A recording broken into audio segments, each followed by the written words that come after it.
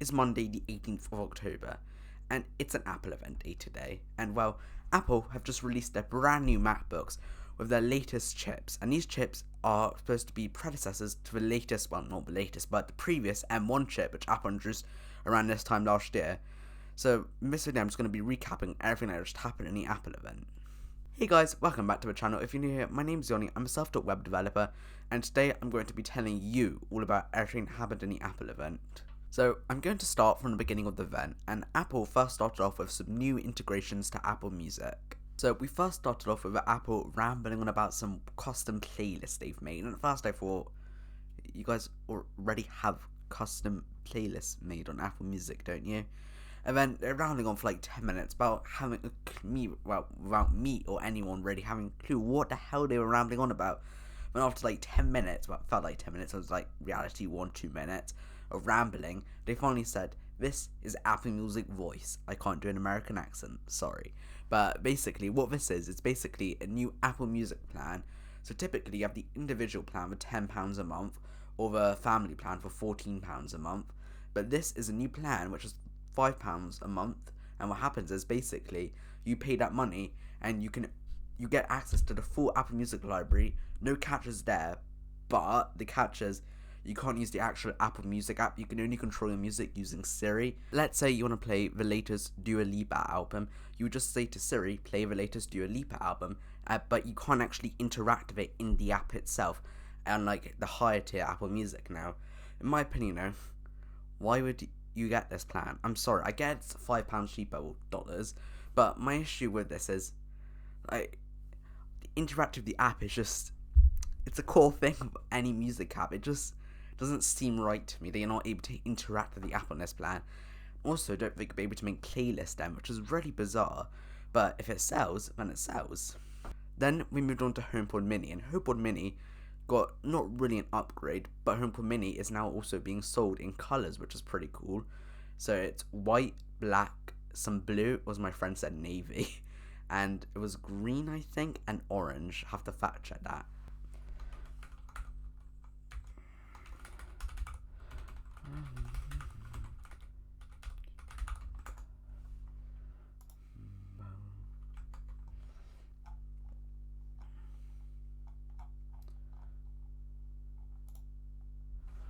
Okay, so I'm looking at it right now on my screen. It was white, navy, or blue. They called it blue, but come on, it's navy. Look at it. Orange, no thank you. Yellow, yes please. And black. But to be honest with you, if I'm getting any of them, which I really do actually want to get Homeport Mini. I've been wanting one for like a year since they first came out, but I haven't got one yet. If I do get one, I really want that blue one. It looks so nice. And then Apple finally moved on to one thing I think we have all been waiting for since the AirPods 2 came out in 2019, AirPods 3. So, AirPods 3 are kind of like the AirPods Pro design, but without the silicone tip on the end. This basically means it's not going to fit in your ear very well if the normal AirPods don't, but you now get spatial audio in these AirPods, and that's it? That's literally it. A redesign, spatial audio, that's more or less it. And there's other cool features. You have MagSafe in a wireless charging case now. I guess that's kind of cool actually. And you also have adaptive EQ. But other than that, I'm pretty sure that's it. You also have a 6-hour battery life, and if you charge at 5 minutes, that's 1 hour of playback. Now, I think this is the original AirPods. I have no clue if the Pros are like this, but I'm pretty sure in the original, it was 15 minutes of charge for 1 hour or 3 hours. I don't remember off the top of my head, but it's 1 hour, 3 hours, or 15 minutes of charge in the originals. So I guess I'll have to see if these actually hold up to their claims. Okay, now to the real cool part of the event, the Macs. So first of all, instead of showing us the Mac straight away with that ugly notch, seriously, whose idea is it to put a notch on a laptop? You know, sometimes when I'm lying down in bed at night, I'm saying to myself, what has this world come to?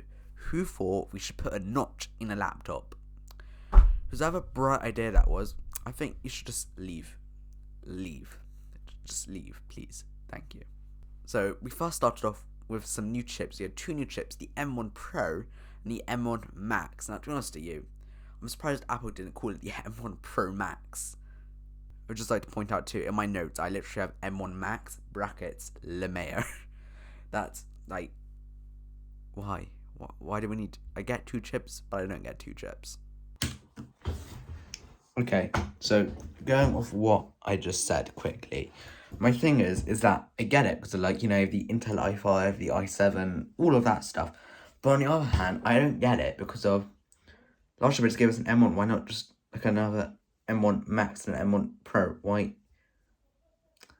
I don't even know what I'm going on about right now, but I don't know if you get me, but if you get me, you get me. So, the M1 Pro, this is like the chip after the M1, and then the M1 Max is like the top of the top. So, we're going to start with the M1 Pro. The M1 Pro, basically, is capped at 32GB of RAM, which is good, better than 16 gigs. Has a 10-core GPU, 2 times better graphics than the M1, and 200GB of memory per second. I have no clue. These specs are all listed straight from Apple's keynote. But the one thing I did pick up on straight from Apple's keynote is, damn boy, that's a thick chip. And to be honest to you, these, like, everything Apple has said about these chips seems pretty impressive, to be honest. Like, a lot of these performance increases, Apple were comparing the M1 Max, I think it was, to some Razer Blade from 2015, a 15-inch Razer Blade. Side note quickly, what's funny is when they were comparing it, they said, we're comparing it against a great PC laptop. But the thing was, though, they didn't mention the laptop. I was like, oh, you aren't going to mention the laptop? Okay. But anyways, if you look in the corner, tiny little corner of the graph, you can actually see what laptop they're comparing it to, and it's a Razer Blade. Anyways, what Apple seemed to be claiming is that the CPU or GPU, I don't quite remember which one, was better than the performance on this Razer Blade with a 3060 and a Ryzen chip. I don't quite remember. I only noticed the thing in the corner too the last second. But if what Apple claims is true, then I'm excited. After the M1 Pro chip, there's also the M1 Max chip now.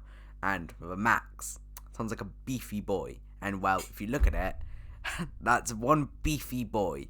Like, the M1 is like, not that beefy. M1 Pro, damn, that's beefy. The M1 Max, oof, damn boy, he thick. Like, that M1 Max is pretty thick, not even gonna lie. So, the M1 Max has 64GB of RAM instead of 32 Max. Max, you see what I did there? 100GB of memory per second. RAM? I have no clue, I'm guessing RAM stuff. 10-core CPU, 32-core GPU, and according to Apple, I'm reading it off my notes, that is 4 times faster than a GPU in the M1. And then also, as I mentioned before, according to Apple's tests, it's faster than a Razer Blade in the CPU or GPU. I don't remember which one they said in the keynote. Sorry, don't at me. And 20 times faster machine learning than the M1. Excuse me? 20 times faster. What? What the fuck? Okay, and then I have no clue what happened next, but Craig Federighi came on. I was not listening to much he said, because it's Craig. It's Craig Federighi. You just admire him. I love that guy. Anyways, Craig, acknowledged the meme from last time, saying, what did he say? He said, my favorite feature is waking up from sleep, as last time he was actually talking about the MacBook, and he opened it and he's like, isn't that great? Your Mac now instantly wakes from sleep, just like the iPhone and iPad. Let me show you, but first, let's set the mood.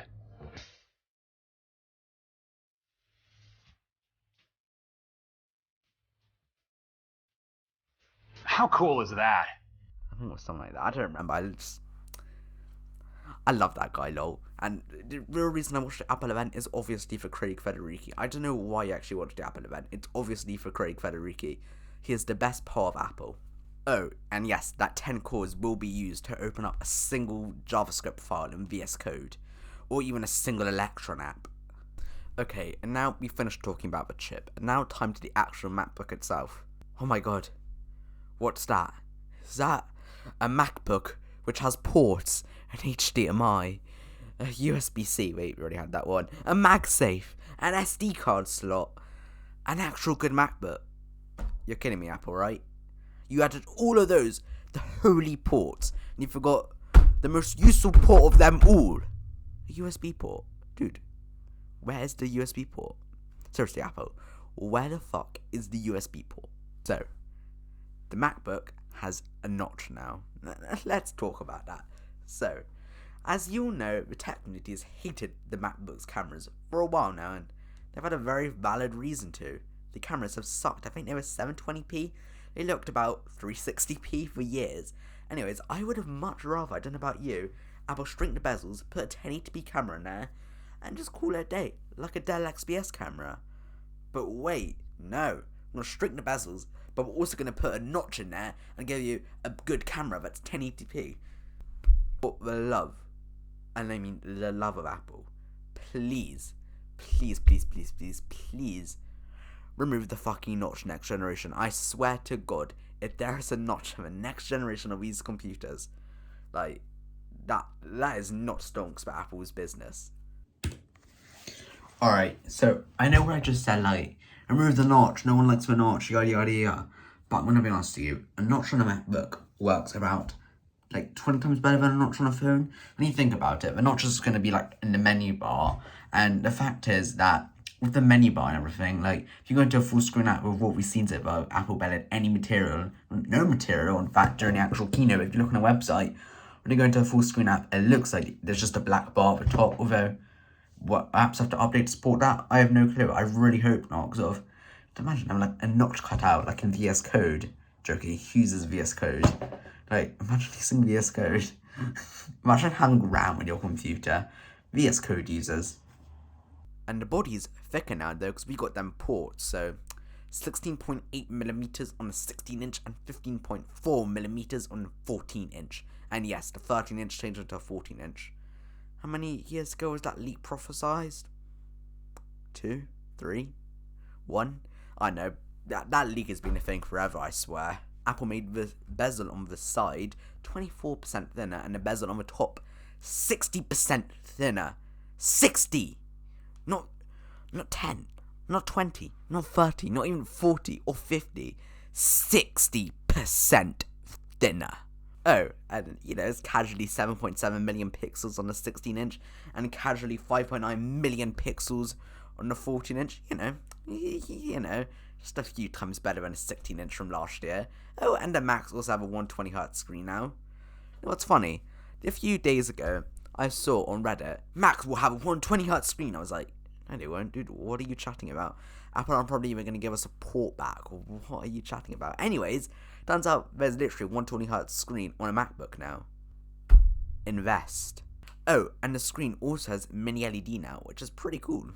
And the screen supports HDR with 1000 nits brightness, or maybe it was no, I'm pretty sure it was 1000 nit brightness. I'm pretty sure the current MacBook is actually 400 nits, so that's like a stonks increase. The camera's also 1080p, as I mentioned before. Apple also said it's 2 times better in low light now, as apparently it is better in low light now. Guess we'll have to see how that goes. 80% more bass in the speakers, 2.5 times faster CPU on a 16-inch, 4.5 times faster GPU on a 16-inch, machine learning 5 times faster on a 16-inch on both chips. Wait a minute, didn't they say before it was 20 times faster? Interesting techniques. Then on a 14-inch there's a 3.7 times faster CPU, 9 times faster graphics than the i7, because this isn't replacing the, remember, these 9 times faster graphics than the i7. So remember, these aren't replacing the M1 MacBook Pro 13-inch. This is replacing the old i7 of yesteryear, and that never had a GPU. And 6-inch doesn't have a GPU anymore. But basically, the graphics and the M1 Pro are going to be basically 9 times better than the i7 of yesteryear. And on the M1 Max, they'll be 13 times better than the graphics of yesterday in the i7. Now that's cranking it up to max. See what I did there? Oh, and 11 times faster machine learning on both chips. Yet again. What happened to that 20 times you said before, Apple? No answer? I understand. Confidential. The internal SSD can now read at 7.4 gigabytes per second. The battery's also gotten better. Like, it always gets better. Have to see how it is. I don't remember Apple's ridiculous claims. It's probably a ridiculous claim. I think it was like 21 hours on a 16-inch of video playback, and I'm like, no, That's not gonna happen.